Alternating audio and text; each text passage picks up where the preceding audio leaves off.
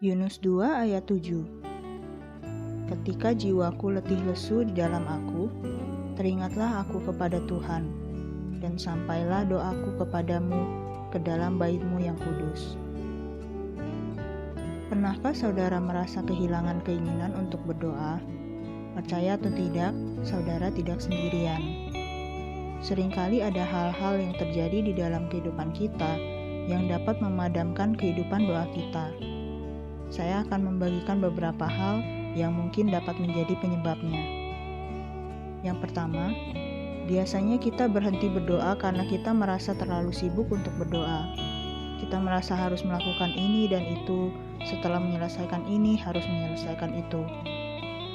Mungkin awalnya kesibukan kita hanya mengurangi waktu kita untuk berdoa. Lama-kelamaan, di saat kita berdoa, pikiran kita melayang ke hal-hal yang harus kita lakukan nanti. Pada akhirnya, kita tidak lagi memiliki waktu untuk berdoa. Saudara, seandainya kita membandingkan kesibukan, seharusnya Tuhan lebih sibuk dari kita. Tapi Dia tetap rindu berbicara dengan kita.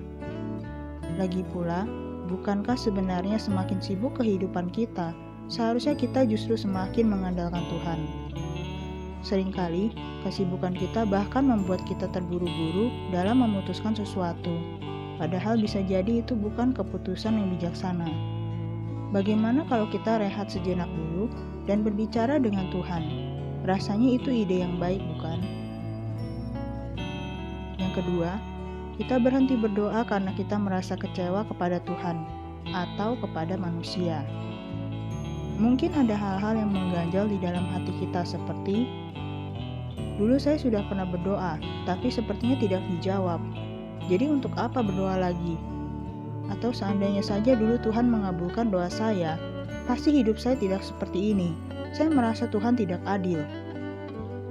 Atau, tuh, lihat aja si A. Kalau berdoa pasti luar biasa rohani, tapi kelakuannya luar biasa minus. Jadi buat apa berdoa?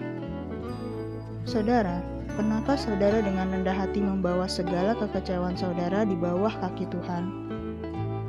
Di saat saudara melakukannya, saudara akan menyadari bahwa hubungan saudara dengan Tuhan itu jauh lebih berharga daripada kekecewaan saudara. Seringkali, ego kita yang menghalangi kita untuk sungguh-sungguh datang kepada Tuhan. Lebih baik menghampiri Tuhan dengan jujur, daripada sengaja bersikap mendiamkan Tuhan hanya karena kekecewaan kita.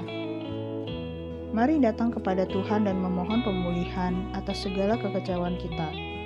Tidak ada kata terlambat selama kita masih hidup. Yang ketiga, kita berhenti berdoa karena kita merasa tidak layak di hadapan Tuhan.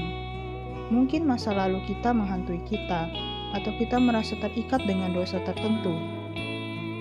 Saudara, Tuhan Yesus jauh lebih besar dan jauh lebih berkuasa dari masa lalu kita ataupun dosa-dosa kita. Jadi kapanpun ketika saudara merasa ingin menyerah dan berhenti berdoa, ingatlah firman Tuhan dalam Yunus 2 ayat 7. Ketika jiwa kita terasa letih lesu, ketika hidup ini terasa buntu, jangan menjauh dari Tuhan. Ingatlah kepada Tuhan dan berdoalah kepadanya. 2 Timotius 2 ayat 13 berkata, jika kita tidak setia, Dia tetap setia, karena Dia tidak dapat menyangkal dirinya. Saudara, jangan menyerah dalam hubungan kita dengan Tuhan. Jangan biarkan kesibukan kita, kekecewaan kita, masa lalu kita, atau dosa-dosa kita menghalangi hubungan kita dengan Tuhan. Kita mungkin pernah berubah dan mengecewakan Tuhan, namun Tuhan Yesus tidak pernah mengecewakan kita dan Tuhan Yesus tidak pernah berubah. Dia tetap setia mengasihi saudara. Maukah saudara memperjuangkan kembali hubungan saudara dengan Tuhan? Mengajar dan menyampaikan firman Tuhan yang luar biasa, yaitu jangan kita menyerah, ya. Marilah saudara sekalian dan adik-adik dan juga brother sister, masalah apapun yang kita hadapi, bahwa Tuhan Yesus tetap setia. Dia adalah Bapa yang baik. Dia tiap hari menunggu kita, memandang dari jauh kapan kita balik, seperti anak yang sulung itu. Dan Dia memeluk kita, Dia mencium kita, biarpun kita bau, Dia tetap setia mencintai kita. Marilah kita bangun hubungan kembali dengan Tuhan. Ya, masalah kita boleh sebanyak apapun ya, tetapi kasih Yesus tidak pernah berubah. Cinta Dia senantiasa ada di dalam kehidupan kami. Mari kita buka hati kita berdoa, biar Tuhan ikut campur tangan dalam kehidupan kita supaya menghadapi setiap masalah di dalam pandemi 19 ini. Mari kita sama-sama berdoa. Terima kasih Tuhan Yesus atas firman Engkau. Tuhan, mengajarlah kami Tuhan, supaya kami bisa mau mempunyai kerinduan untuk mau datang berdoa, berkomunikasi dengan Engkau, berbicara dengan Engkau. Terima kasih Bapa, dalam nama Engkau Tuhan Yesus, bentuklah kami, ubahlah kami. Haleluya, amin. Kau usah ku takut.